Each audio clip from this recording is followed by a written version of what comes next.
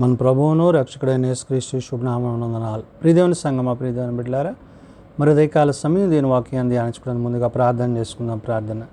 కృపగల తండ్రి, దయగల యేసయ్య, నీ బంగారు పాదాలకు లెక్కలేని వందనాలు, స్తుతులు, స్తోత్రములు. గతించిన రాత్రి అంతా నీ రెక్కల చాటును కాచి కాపాడి సంరక్షించింది దేవా. మరి ఉదయకాల సమయం సజ్జలేఖన చేరి ప్రార్థించుండగా వాక్యమైనదుడు వాక్యం ద్వారా నాతో మాతో మాట్లాడి మీరే మహిమ ఘనత ప్రభావాలు పొందమని యేసునామమున వచ్చినాం తండ్రి. ఆమెన్. ప్రియదేవుని సంగమా, ప్రియదేవుని బిడ్డలారా, నేడుదినకు ఏర్పాటు చేయని దేని వాక్య భాగము ఆరోహణమునకు ఏర్పాటు చేయబడిన దేవుని వాక్య భాగము లూకా సువార్త 24వ అధ్యాయము 50 నుండి 53 వచనాలు ధ్యానం చేసుకుందాము. ఆరోహణము దినమునకు ఏర్పాటు చేయబడిన సువార్త వాక్య భాగము లూకా సువార్త 24వ అధ్యాయము 50 నుండి 53 వచనంలో ఈ విధంగా రాయబడినవి. ఆయన బేతనీయ వరకు వారిని తీసుకొని పోయి చేతులెత్తి వారిని ఆశీర్వదించెను. ప్రియదేవుని సంగమా, ప్రియదేవుని బిడ్డలారా, యేసుక్రీస్తు ప్రభువారు పునరుత్థానుడైన తరువాత 40 దినములు తన శిష్యులను, ప్రజలను దర్శిస్తూ వారిని విశ్వాసములో, పరిశుద్ధ ఆత్మలో ముందుకు నడిపిస్తూ ఆయన తిరిగి తండ్రి యొద్దకు చేర్చబడుతూ, అనగా మరలా ఆయన పరమునకు చేరవలసి ఉన్న దినాన్ని, అనగా నేడు ఆయన పునరుత్థానుడైన తర్వాత 40 దినాలు భూమి మీద నివసించి ఆ తరువాత పరమలోకమున ఉన్న తండ్రి యొద్దకు ప్రవేశిస్తున్న సందర్భము. ఆ సందర్భంలో ఇక్కడ ప్రభువారు వారిని ధైర్యపరుస్తూ ఆశీర్వదిస్తున్న మాటలు. అందుకని ఇక్కడ యేసు ఆరోహణమవుతూ అంటున్నారు ఏమని? ఆయన బేతనీయ వరకు వారిని తీసుకొని పోయి చేతులెత్తి వారిని ఆశీర్వదించను. ఎవరంటే ఆయన శిష్యులైన వారిని, ప్రభువుని వెంబడించిన వారిని, ప్రభువు యొక్క చిత్తాన్ని జరిగించిన వారిని. ఈ విషయాలను మనం చూడాలంటే మనం పై వచనాలు చూసినప్పుడు లూకా సువార్త 24వ అధ్యాయము 44 నుంచి మనం చూసినట్లు అక్కడ ఉంటుంది. అంతటా ఆయన మోషే ధర్మశాస్త్రములోను ప్రవక్తల గ్రంథములలోను కీర్తనలలోను నన్ను గూర్చి వ్రాయబడినవన్నీ నెరవేరవలెనని నేను మీ యొద్ద ఉండినప్పుడు మీతో చెప్పిన మాటలు నెరవేరినవని వారితో చెప్పెను. ఏదైతే లేఖనానుసారంగా, మోషే ధర్మశాస్త్రానుసారంగా, ప్రవక్తల గ్రంథంలోని మాటలను బట్టి, కీర్తన గ్రంథంలో నన్ను గూర్చి వ్రాయబడిన మాటను, ఇవన్నీ కూడా ప్రభువు గుర్తు చేస్తున్నాడు. అంటే ఆయన ఏదైతే తండ్రి చిత్తాన్ని జరిగించారో ఆ తండ్రి చిత్తాన్ని జరిగించి తిరిగి మరలా తండ్రి యొద్దకు ఆయన చేర్చబడుతున్న సందర్భంలో వీటన్నిటినీ గూర్చి తెలియజేస్తానని అంటున్నారు. మీతో చెప్పిన మాటలు నెరవేరినవని వారితో చెప్పిన అంటున్నాడు. ఏవైతే నెరవేరవలసి ఉన్నదో ఆ లేఖనానుసారమైనవన్నీ కూడా నెరవేర్చబడ్డవి. కాబట్టి ఇప్పుడు ఆయన ఏమై ఉన్నదో చెప్తూ అని అంటున్నాడు, అప్పుడు వారు లేఖనమును గ్రహించున్నట్లుగా ఆయన వారి మనస్సును తెరచెను. ఈ లేఖనానుసారంగా వారు తెలుసుకోవడానికి, గ్రహించడానికి వారి మనస్సులను, అంటే ఏంటి, వారి హృదయములో ఏ అభ్యంతరాలు అయితే ఉన్నావో, ఏవైతే ఆటంకాలు ఉన్నావో వాటన్నిటిని తొలగించి ఆయన ఎందు నిమిత్తమైతే ఈ లోకానికి పంపబడ్డారో ఆ విషయాలన్నీ ఆ మోషే ధర్మశాస్త్రం కానించి ప్రవక్తల గ్రంథం గురించి ఇవన్నీ కూడా ప్రభు చెప్పుకుంటూ వచ్చి ఆయన అంటున్నాడు, అప్పుడు వారు లేఖనమునందు గ్రహించున్నట్లు ఆయన వారి మనస్సులను తెరచి క్రీస్తు శ్రమపడి 3వ దినమున మృతుల నుండి లేచుననియు యెరూషలేము మొదలుకొని సమస్త జనములలో ఆయన పేరట మారు మనసును పాపక్షమాపణయు ప్రకటింపబడిననియు రాయబడి ఉన్నది. ఎలాగైతే ప్రభువు మృతుల నుండి తిరిగి లేచి ఆయన 3వ దినాన పునరుత్థానుడయ్యాడో ఆ విషయాలన్నిటిని బట్టి ప్రభు ఇక్కడ చెప్తున్న మాట, భక్తుడైన లూకా గారు ప్రభువుని గురించి రాసిన మాటలు మనం చూస్తే ఏమంటున్నాడు, యెరూషలేము మొదలుకొని సమస్త జనములలో ఆయన పేరట మారు మనస్సు పాపక్షమాపణ ప్రకటింపబడినని వ్రాయబడి ఉన్నది. ఎవరి పేరట? క్రీస్తు పేరట విమోచన, క్షమాపణ ఇవన్నీ కూడా దేవుడు కలిగించబోతున్నాడు. యెరూషలేము మొదలుకొనంటే ఆయన ఏ స్థలమైతే ఆయన నివసించి ఆయన వారిని ధైర్యపరిచి విశ్వాసములను ముందుకు నడిపించాలో ఆ యెరూషలేము మొదలుకొని సమస్త జనములలో ఆయన పేరట మారు మనస్సు పాపక్షమాపణయు ప్రకటింపబడినని వ్రాయబడి ఉన్నది అంటున్నాడు. ప్రభువు పేరట పాపక్షమాపణ, రక్షణ విషయంలో వారు ఏ విధమైతే దేవుని యొక్క కృప కొరకు కనిపెడుతున్నారో అవన్నీ కూడా అక్కడ ప్రభు వారికి లేఖన నెరవేర్పును బట్టి తెలియజేస్తూ ఈ సంగతులకు మీరే సాక్షులు అంటున్నారు. అంటే ఇవన్నీ కూడా జరిగినవి కాబట్టి మీరు చూచి ఉన్నారు, విని ఉన్నారు, మీరు ప్రత్యక్షంగా వాటి యందు అనుభవించి ఉన్నారు కాబట్టి ప్రభు అంటున్నాడు ఈ సంగతులకు మీరే సాక్షులు. ఇదిగో నా తండ్రి వాగ్దానము చేసినది మీ మీదికి పంపుచున్నాను. ఏంటది? మీరు పైనుండి శక్తి పొందే వరకు పట్టణములలో నిలిచి యుండుడని వారితో చెప్పాను అంటున్నాడు. పైనుండి శక్తి అనగా పరలోకము నుండి, తండ్రి యొద్ద నుండి, పరిశుద్ధాత్మ యొద్ద నుండి మీరు శక్తిని పొందుకుంటారు. అంటే భూ సంబంధమైనది కాదు కానీ పరలోక సంబంధమైన ఆశీర్వాదాలు, దీవెనలు మీరు కలిగిన వారై ఉంటారని ప్రభు వారికి, శిష్యులకు, మరి ఎవరైతే ఆయన వెంబడించారో వారికి చెప్తున్నారు. కాబట్టి ఇక్కడ ఈ సంగతులను మీకు సాక్షులై ఉన్నారు అని చెప్పి ఇదిగో నా తండ్రి వాగ్దానము చేసినది మీ మీదికి పంపుచున్నాను అన్నాడు. తండ్రి వాగ్దానానుసారంగా కుమారుడి ద్వారా రక్షింపబడ్డ వీరు ఆ కృపయందు నిలిచిన వారే.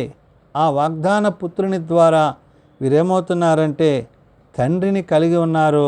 ఇవన్నీ కూడా పరలోకము నుండి మీకు అనుగ్రహింపబడును. కాబట్టి ఇక్కడ అంటున్నాడు మీరు పైనుండి శక్తి పొందే వరకు పట్టణములలో నిలిచి ఉండుడని వారితో చెప్పాను అంటున్నాడు.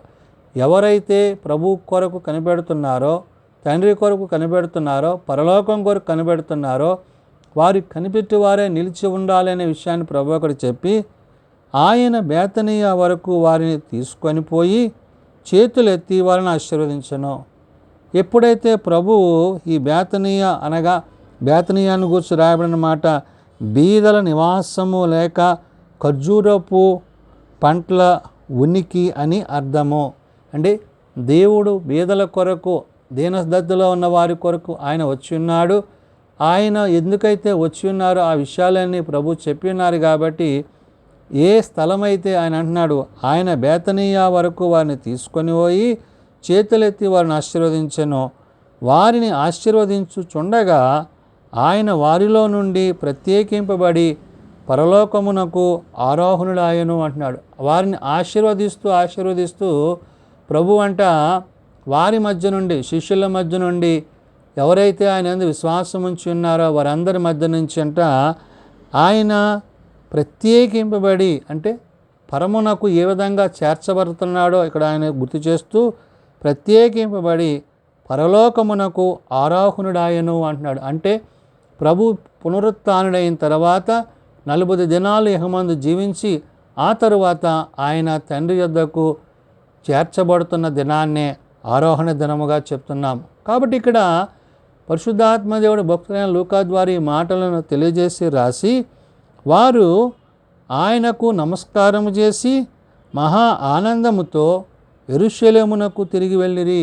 ఎప్పుడైతే ప్రభు వారి మధ్య ఆ 40 దినాలు పునరుత్థానం తర్వాత నివసించి జీవించారో ఆ తరువాత ఆయన ఈ బేతనీయ గ్రామం నుండి, పట్టణం నుండి ఆయన వారి మధ్య నుండి పరలోకమునకు ఆరోహణుడవుతూ వారిని ఆశీర్వదించి దీవించి వారి మధ్య ఆయన వారి పట్ల చూపిన ప్రేమ, ఆ తండ్రి, కుమార, పరిశుద్ధాత్మల యొక్క కృపను వారు కలిగి ఉన్నారు కాబట్టి వారు ఏమవుతున్నారంటే వారిని ఆశీర్వదించుచుండగా ఆయన వారిలో నుండి ప్రత్యేకింపబడి పరలోకమునకు ఆరోహణుడాయను.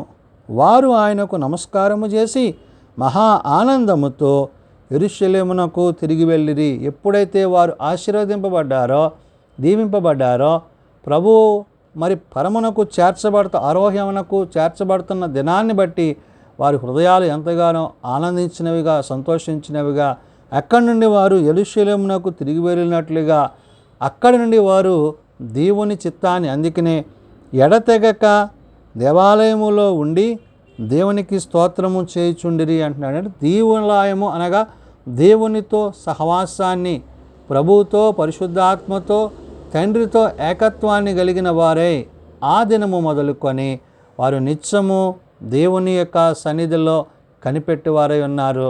కాబట్టి ఈ యొక్క ఆరోహణ దినమున ప్రభు పరమునకు చేర్చబడుతున్న తండ్రి యొద్దకు ప్రవేశం కలిగి ఉన్న ఆ ప్రవేశాన్ని బట్టి వారి మధ్య నుండి ఆయన పైకి మరి పరమునకు వెళుతున్నప్పుడు వారిని ఆశీర్వదించి దీవించి పలికిన మాటలు. కాబట్టి ప్రభు ఏ విధంగా అయితే ఇహం నుండి పరమునకు ఆయన కొనిపోబడ్డాడో మరలా ఆయన తిరిగి పరము నుండి మన యుద్ధకు తిరిగి రానన్నారు. అదే రెండవ రాకడ.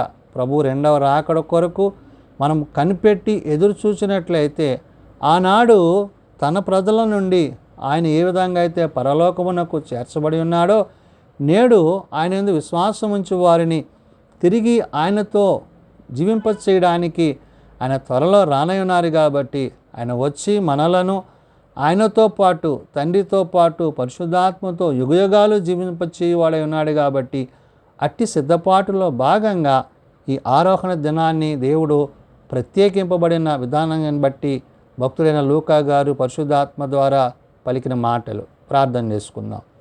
ప్రేమ నమ్మకం కలిగిన మా తండ్రి, కృప కలిగిన దేవ, నిజమైన ఆయన, మా పాపముల నుండి మమ్మల్ని విడిపించడానికి తండ్రి నీ కుమారుని లోకానికి పంపించి ఆయన ద్వారా మా శిక్షను తొలగించి మేము పొందవలసిన పాపము ఆ యొక్క స్థితి నుండి మాకు విమోచన కలిగించడానికి నీ నీతిమంతుడైన, నిందారహితుడైన నీ కుమారుని లోకానికి పంపించి ఆయన రక్తము చేత మా పాపములన్నీ కడిగి అయ్యా నీ కుమారుని ద్వారా మాకు విమోచన కలిగించి నేడు మరలా తిరిగి మీ యొద్దకు మీ కుమారుని చేర్చుకుంటున్న దినము ఆరోహణ దినము.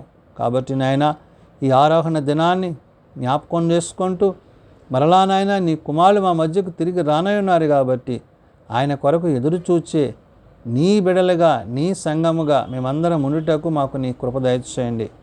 అయ్యా ఏ ఒక్కరూ నశించక అంతటందరూ మారు మనసు కలిగి పాపక్షమాపణ కలిగి నీ కృప కొరకు కనిపెట్టి ప్రార్థించు వారిగా ఆనాడు ఎలాగైతే వారు ఆశీర్వదింపబడి దీవింపబడి వారి మధ్య నుండి నీవు పరమునకు చేర్చబడి ఉన్నావో అటు రీతిగా తిరిగి రానయ్యున్నావు. కాబట్టి నీ కృప కొరకు కనిపెడుతున్న మమ్మల్ని అందరినీ మీ కృప చేత నింపి కాపాడండి.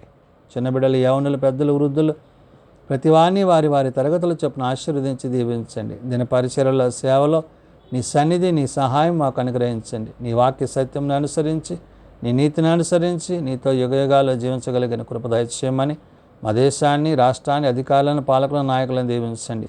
నీతి న్యాయములు జరిగించే దివ్యమైన చిత్త ప్రకారం ఏలునట్లు ప్రతి వారికి నీ కృప దయచేయమని జరగబోతున్న ఈ యొక్క ఎలక్షన్స్లో మీ చిత్తానుసారంగా నడుచు నీ ప్రభుత్వాలను ఏర్పరచి మీరే మహిమ పొందుకొనమని మీరు ఆఖడికే మమ్మల్ని సిద్ధపరచమని యేసునామం నడుచున్నాం తండ్రి. ఆమెన్. పరలోకమందున్న మా తండ్రి, నీ నామం పరిశుద్ధపరచబడిగాక, నీ రాజ్యం వచ్చుగాక, నీ చిత్తం పరలోకమందు నెరవేర్చినట్లు భూమి మీద నెరవేరుగాక. మానుదినాన్ని మాకు దయచేయము. మెడల అపరాధం చేస్తున్న వారిని మేము క్షమించిన ప్రకారం అపరాధములను క్షమించము. శోధనలో ఏకాదశులను తప్పించము. రాజ్యము, శక్తి, మహిమ నిరంతరము నీవే అయినవు తండ్రి. ఆమెన్. మన పరమ తండ్రి అయిన దేవుని ప్రేమ, ప్రభు అయిన యేసుక్రీస్తు కృప, పరిశుద్ధాత్మ నిత్య సహాయము నిరంతరము సదా తోడైండి సంరక్షించునుగాక. ఆమెన్.